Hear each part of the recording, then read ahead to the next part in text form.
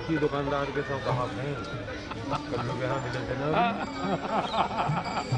एक ही दुकानदार के सब का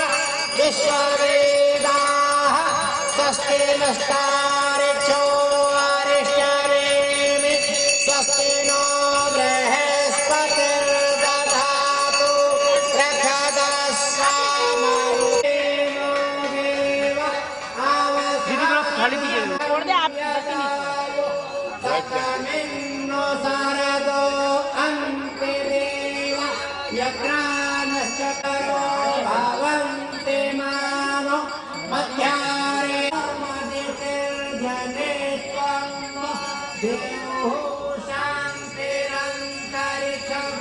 शान्तिः पृथिवी शान्तिः रापः शान्तिः ओषधयः शान्तिः शान्तिरेव शान्तिः साम शान्तिरेव यतो यतः समीहते ततो अभयं कुरु सन्नः कुरु प्रजाभ्यः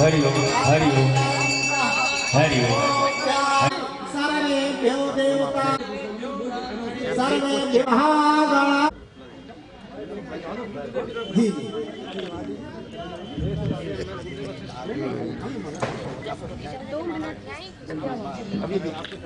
नमस्कार, जय मां जय भगवती।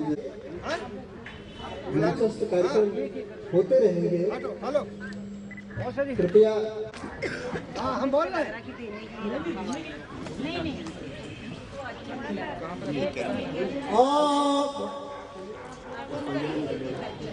ओम यज्ञेन याज्ञमायजन्त देवास्तानि धर्मपूर्वे साध्या सन्ति देवाः नानासुगन्धपुष्पाणि यथा कालोद्भवानि च पुष्पाञ्जलिं मया दत्तो गृहाण परमेश्वरः मन्त्रपुष्पाञ्जलिं समर्पयामि। हेलो इधर से आए उनको फोटो दे करके इधर से आ जाओ। हमारे संग बजा दीजिए। हेलो महानगर के भक्तों के द्वारा सुंदर गुरु के पर्व का सुंदर महोत्सव हमारे महानगर के भक्तों के द्वारा संपन्न हो रहा है। और उनके सानिध्य में हम लोग भी आपके महानगर गुरु महोत्सव में हाजिर हुए हैं। मती दिव्या गिरी जी महामंडलेश्वर इस गुरु पर्व में आपका आगमन हो रहा है। बहुत आइए गुरु वंदना श्रवण किया जाए।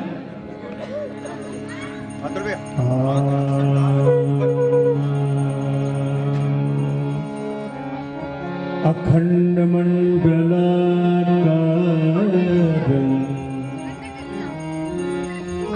व्याप्तं येन चराचरं जीवनेत्रं रघुवंशनाथं कारुण्यरूपं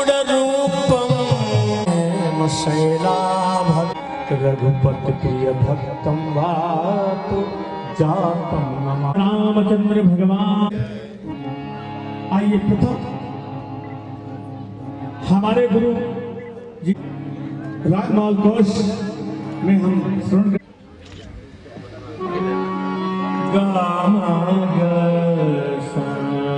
किसी ने मुझे बताया, हमारे पंडित जी ने, कि हमारे महाराज जी को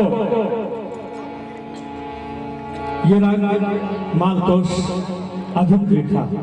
तो आइए हम राग मालकोश में गुरु जी की वंदना श्रवण कराते हैं आपको। राग मालकोश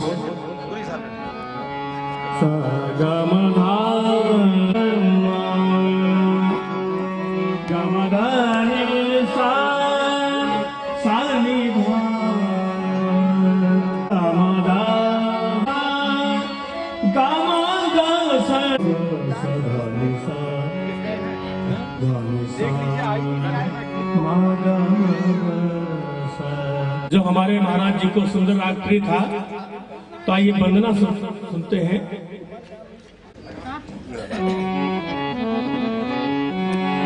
जय गुरुदेव मेरे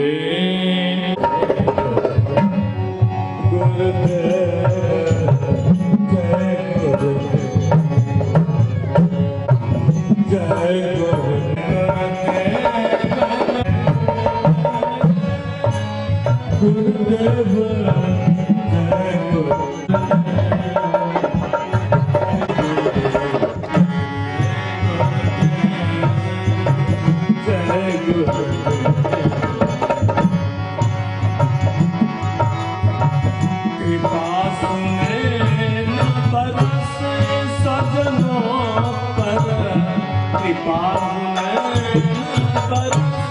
गुरु कृपा सभी के ऊपर सजनों पर हो जाते सदा निर्भर। जय गुरुदेव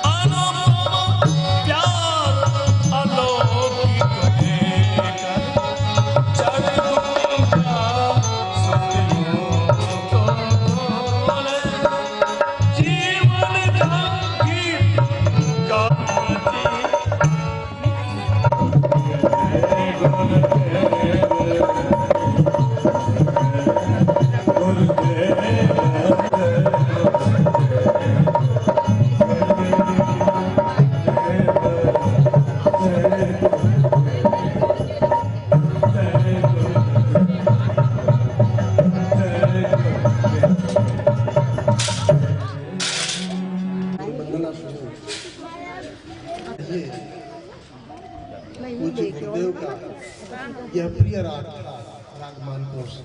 गुरुदेव जब कभी भी काव्य गोष्ठियों में जब काव्य पाठ करते, आज के कार्यक्रम के लिए इस मधुर वाणी को सुनने के लिए जिन महानुभाव ने यहाँ पर कृपा की है, श्री प्रकाश मिश्र जी, श्री दिनेश जी और विष्णुपाल तिवारी जी की यह जो त्रयी थी मंच पर अभी शास्त्रीय संगीत की इसी लखनऊ घराने की परंपरा से आप जुड़े हुए हैं। माननीय पूज्य आचार्य बिरजू महाराज जी की परंपरा से वहीं से आपने गायन को सीखा है और उनके श्रीमुख से आपने ये वंदना सुनी। इस कार्यक्रम को थोड़ा सा हम और दूसरे रूप में गति देते हैं। महाकवि कालिदास में भगवत्पाद शंकराचार्य ने संन्यास ले लिया था। ये वो देश है हमारे बीच शंकर परंपरा की है जो जूना अखाड़ा है।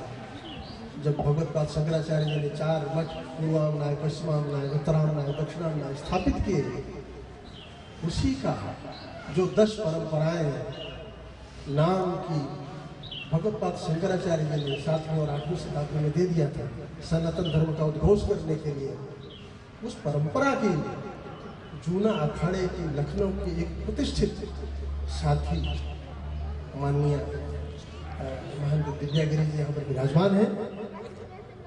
हमारा ये सौभाग्य है कि हमारे गुरु बरोबर उन्होंने हमारे निवेदन को स्वीकार किया, वो यहाँ पर पधारी है। मैं महंत जी से करूँगा कि वे मंचस्थ हों, साथ ही हमारे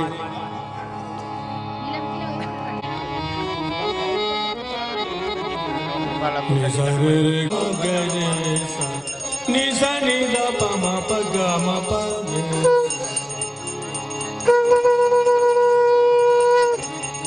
एक दान शिरा मरी साचो एक दान शिरोमणि साचो एक दान शिरोमणि साचो एक दान शिरोमणि। हमारे भगवान राम से कोई बड़ा दानी नहीं हुआ। विनय पत्रिका में हमारे गोस्वामी तुलसीदास महाराज जी ने भगवान को दानी घोषित किया है। एक दान शिरोमणि साचो एक दान शिरोमणि साचो एक दान शिरोमणि साचो एक दान। जा चकता बसो जा जो सोई चकता बसो धीर बहुना चलना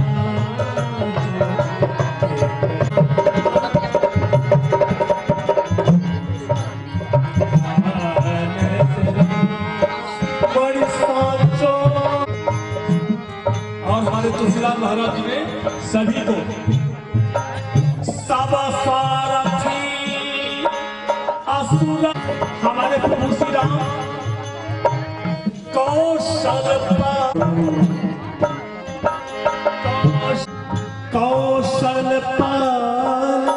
और कृपाल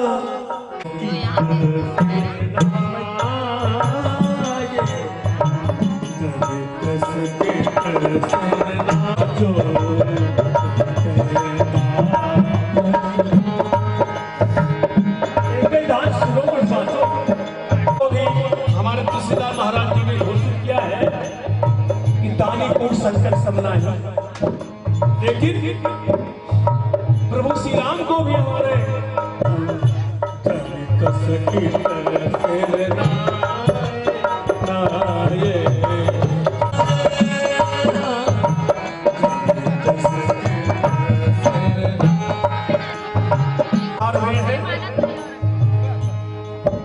नरसिंह भगवान हरि और अवतार आपनो हरि और अखिल वेद सुदामहि यज्ञ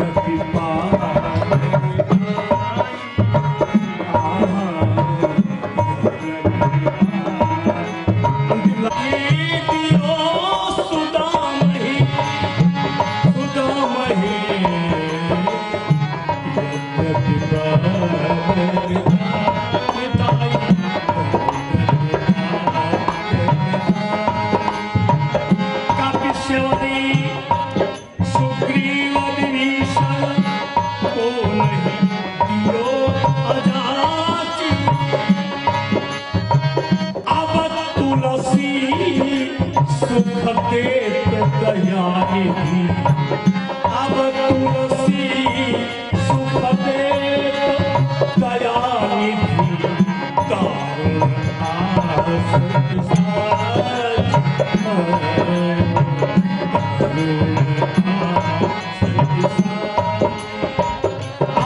तुलसी सुख देत दयानिधि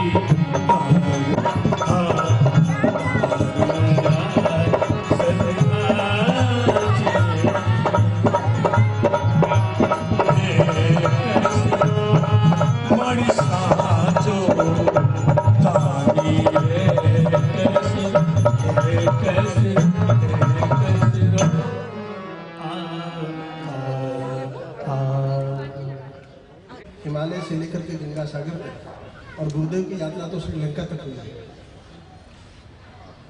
अपने जीवन काल में जीवन के किस पक्ष को उन्होंने नहीं छुआ है। कल मैं भाई राजमणि जी से चर्चा हो रही थी,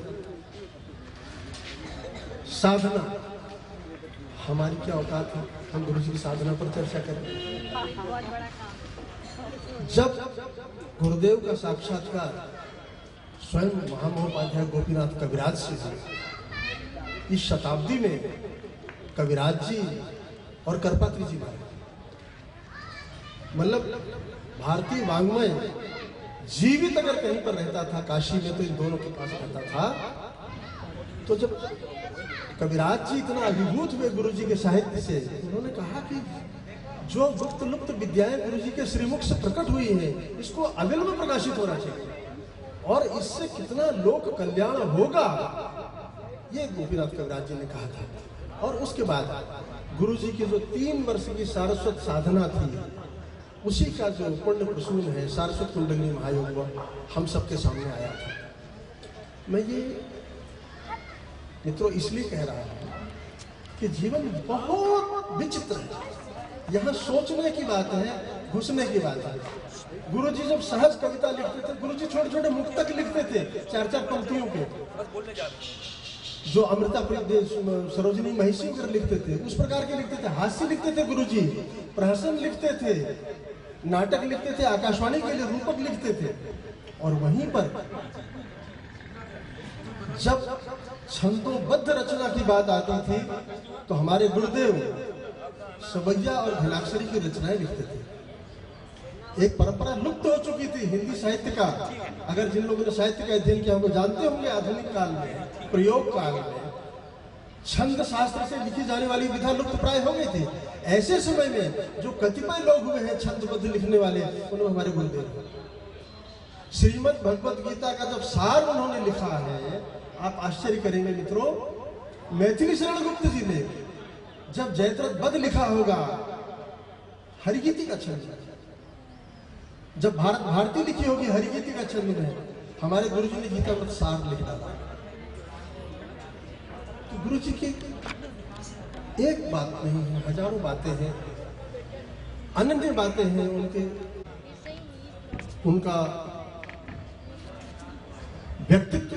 जब साहित्य जगत में आता था, जब नागर जी आते थे, जब श्री नारायण चतुर्वेदी भैया जी आते थे, जब लक्ष्मी शंकर निशंक जी आते थे, मेरे गुरु नहीं मेरे पिता हैं, इस ढंग से आश्रय देते थे गुरु जी।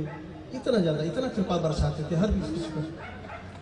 तो आज हम भी जो कुछ याद आ रहा है टूटा फूटा, उसी को समझ करके हमें बहुत खुशी है।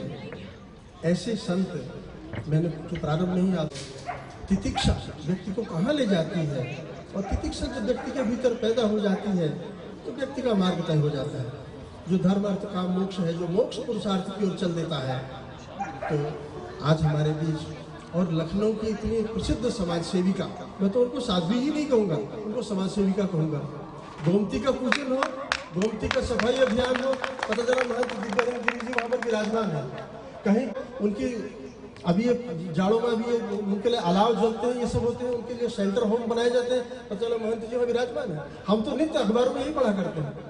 मैं तो आज प्रथम बार साक्षात्कार कर रहा हूँ। मंदिर जरूर जाता था, लेकिन आज ये हमारे ऊपर कृपा है उनकी, वो यहाँ पर पधारी है। तो मैं समझता हूँ कि हम आपके साथ किसी प्रकार का ये व्यवधान न करते हुए व्यतिक्रम कि अपने पांडित्य का प्रदर्शन करने लगे, हम उन्हीं के श्रीमुख से कुछ सुन लें तो हमारा उद्धार हो जाएगा। मैं तो महंत जी से ही निवेदन करूँगा कि दिव्यानंद जी को हमें आशीर्वाद दें हमारे इस पर्व पर।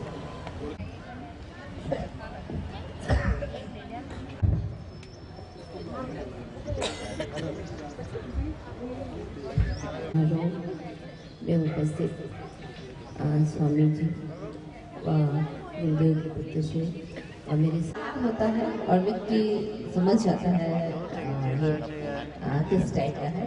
जैसे कोई शराबी व्यक्ति होता है और वो अगर परिसर में प्रवेश कर जाए तो आपको बहुत ज़्यादा सोचने का मन नहीं करेगा ये कैसा व्यक्ति है, तुरंत आप देख के जान लेंगे। ऐसे ही जिसके गुरुदेव जैसे होंगे उनके सारे भक्त, उनके सारे शिष्य उनके गुणों को प्रदर्शित करते हैं। आप लोग जितने यहाँ पे बैठे हैं बड़े सौम्य और सरल हैं। शायद हम तो उनसे नहीं मिल पाए, मगर मुझे लगता है कि उनके गुण आप में हैं, यानी वो बहुत ही बेहतर सौम्य और सरल होंगे। ये भी कह सकती हूँ यहाँ आने के बाद, क्योंकि आपके अंदर जो प्रदर्शित हो रहा है निसंदेह वो बहुत ही अच्छे गुरु हैं आपके, उनकी जन्म शताब्दी के समारोह पे आप लोगों को बहुत हार्दिक बधाइयाँ। और जब हमारी परंपराएं चलती हैं किसी भी चीज़ को लेके, तो जो हमें गुरुदेव देते हैं निसंदेह हमें उसे परंपरा के रूप में उसका निर्वहन भी करना होता है, आगे बढ़ाना होता है, पल्लवित और पोषित भी करना पड़ता है। तो जो उनका साहित्य है या उनके द्वारा जो कही बातें हैं उनको आप लोग और अच्छे स्तर पे ले जाएं, ये मेरी शुभकामना है। जब एक आम व्यक्ति मीन्स जैसे जो एक सामान्य जीवन जी रहा होता है, तो अगर वो अंदर से भरता है तो समाज में थोड़ा सा प्रदर्शन करता है, नहीं मेरे पास ये है, मेरे पास वो है। परंतु जब एक सरल और सौम्य व्यक्ति, जैसे आपने वृक्ष इन सब लोगों को देखा होगा, वृक्षों को, तो जब ये बड़े होते हैं तो बहुत ही मजबूती इनमें आती है। मगर जब अगर यूकेलिप्टस बड़ा होता है तो बहुत जल्दी बड़ा हो जाता है, परंतु वो कमज़ोर होता है। मुझे लगता है गुरुदेव उन्हीं में से एक होंगे जो एक वृक्ष की तरह हम लोगों के बीच सदा सर्वदा है। और मुझे ऐसा अंदर से महसूस हो रहा है कि कहीं ना कहीं उनकी छत्र छाया इस परिसर पे भी दिख रही है। कितनी शांति है, आप लोग को भी लग रहा होगा। तो ऐसा एक व्यक्तित्व तो हमारे बीच नहीं है, परंतु ऐसा होता नहीं है जो हमारे महापुरुष होते हैं, गुरुदेव होते हैं, या जिनका हम पे स्नेह होता है, उस सदा सर्वदा हम लोग उनका स्नेह के रूप में चित्र छाया बनी रहती है और हमेशा वो हमारे साथ होते हैं। ये आप सब लोग अंदर से भी महसूस करते होंगे। आपने हमें बुलाया, ये मेरा प्रथम सौभाग्य है कि मुझे लग रहा था अभी मेरे आने के बाद में तुरंत एक भाई श्री पहुँच के ले गए। मुझे लग रहा है कि मैं कहीं किसी दूसरे कार्यक्रम में तो नहीं चली आई, परंतु वो शायद इसी कार्यक्रम से ही लेने के लिए गए थे। हमेशा जब हम अपने गुरुदेव की बात करें या अपने उनके कार्यों की बात करें, तो सूक्ष्म रूप से हम कैसे उसको आगे बढ़ा सकते हैं, वो शायद एक कठिन कार्य होता है। हम पूरे समाज को जब देखते हैं तो यही बोलते हैं, अरे ये कलयुग है, इस पे ये नहीं हो सकता है या ऐसा नहीं हो सकता है। मतलब मुझे लगता है सारे युगों की अपेक्षा ये बहुत सर्वश्रेष्ठ युग है, क्योंकि कलयुग का मतलब ये होता है कार्य युग। आप कार्य के रूप में अपने कार्यों से या अपने किए हुए कर्मों से अपने आप को तो प्रतिष्ठित कर ही सकते हैं। जो आपके स्नेही हैं, जो आपका गुरु हैं, या जो आपके माता पिता हैं, आप उनके भी कार्यों को अपने साथ संलग्न करके उसको बहुत प्रभावित कर सकते हैं। तो आप सबका सौभाग्य कि कम से कम आपने उनका हृदय का स्नेह लिया होगा या उनके पास में रहे होंगे और उन चीज़ों को आगे बढ़ाएं। तो एक लाइन इसके साथ में, क्योंकि यहाँ पे अगर मैं उसे बोलूँगी तो अच्छा रहेगा और जो मैं कहना चाह रही हूँ उसको समझ में भी आएगी। चाणक्य ने एक बात कही, मैंने बोला कि जब किसी जगह पे रहना हो तो 4 चीज़ें बहुत ज़रूरी होती हैं, उसको ध्यान रखना। 2 चीज़ें यहाँ की जुड़ी हुई हैं। तीसरी और चौथी उन्होंने बोला कि जहाँ पे आपको रहना हो, स्टे करना हो, या आपको लगे कि नहीं आगे का जीवन काल हमें वहाँ पे बिताना है, तो वहाँ के सन्यासी गुरु या जो धर्म गुरु हैं उनको जरूर देखना चाहिए कि वो कैसे हैं। और दूसरा उन्होंने बोला था कि वहाँ का नदी, मतलब अगर आसपास क्योंकि सारे सभ्यता किसी नदी के आसपास ही होती है, तो वहाँ की नदी को भी देखना चाहिए कि कौन सी और कैसी है, किस रूप में बह रही है। तो उस टाइम जब चाणक्य ने लिखा होगा या पढ़ा होगा या अपने बातों को रखा, तो निसंदेह उनका कहीं ना कहीं ये विचार जरूर होगा, क्योंकि हम जब छोटे होते हैं तो निश्चित ही हमारे आसपास की छाप हमारे जीवन पे भी पड़ती है, हमारे विचारों पे भी पड़ती है, और जैसे हमारे विचार होते हैं वैसे ही हमारी ज्ञान और बुद्धि बन जाती है। तो अगर आपके गुरु या आपके धर्म गुरु या आपके माता या पिता के रूप में जो गुरु हैं, अगर वो अच्छे हैं, तो शायद हम जो अपने 4 पुरुषार्थ की बात करते हैं, जो हमारे भारतीय संस्कृति में 4 पुरुषार्थ की बात कही गई है, जो लास्ट मोक्ष है, उसको प्राप्त करने में बहुत आसानी होती है। और आप सबका बहुत सौभाग्य है कि आपके गुरुदेव भारतीय गुरु जी हैं।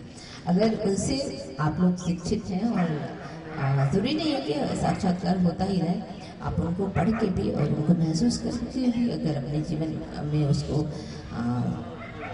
याद करते रहते हैं और उनकी बातों को आत्मसात करते रहेंगे तो मुझे लगता है कि हम उस पड़ाव को बहुत अच्छे से पार भी कर लेंगे। और एक समाज में क्योंकि समाज में रहना ही बहुत कठिन कार्य है, अगर कुछ विचारों के रूप में हमारे पास सकारात्मक ऊर्जा आती रहती है तो मुझे लगता है हम अपने जीवन को प्रभावित करने के लिए बहुत आसानी होगी।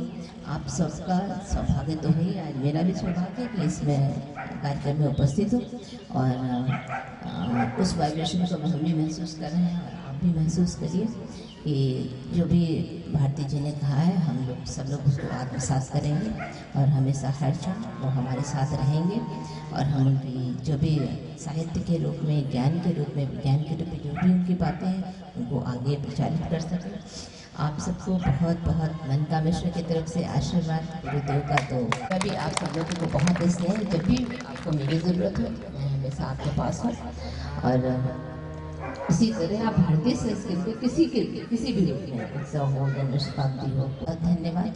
आप सबका एक निमंत्रण है जो मैंने अभी भाषण ने बोला गोमती नदी के लिए, तो मुझे लगता है जो चाणक्य की चौथी बात है कि जहाँ पे नदी हो हम लोगों की स्वच्छता किसी न किसी रूप में उसकी सहभागिता बने। तो मैंने उसकी जब आरती अब ये तीसरी होगी 24 जनवरी को, तो मैं चाह रही हूँ कि लोग यहाँ उपस्थित हो वहाँ पे भी आए और जो आगे की डेट है वो अगर भाई से आप लोग ले लेंगे तो मैं इनको कार्ड्स और उसका पम्पलेट पहुँचा दूँगी, आप इसे ले लें। मुझे बहुत खुशी होगी अगर आप लोग वहाँ पे भी उपस्थित होंगे गोमती आरती में। बहुत बहुत धन्यवाद।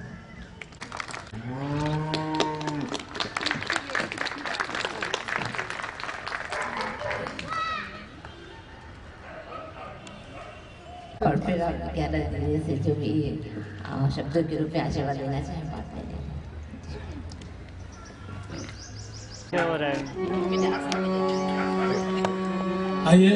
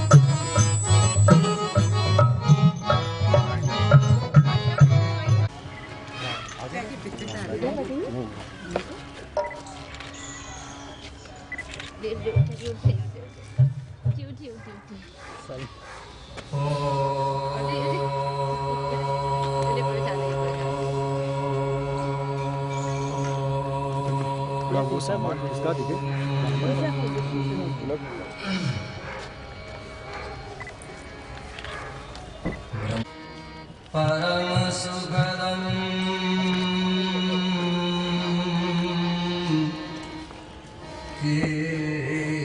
केवलम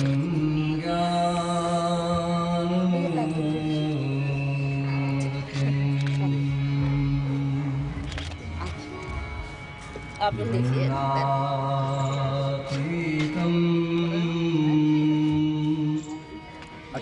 गगन सदृशम भैया ये शीशा बंद कर देना, गुरु माँ को ठंड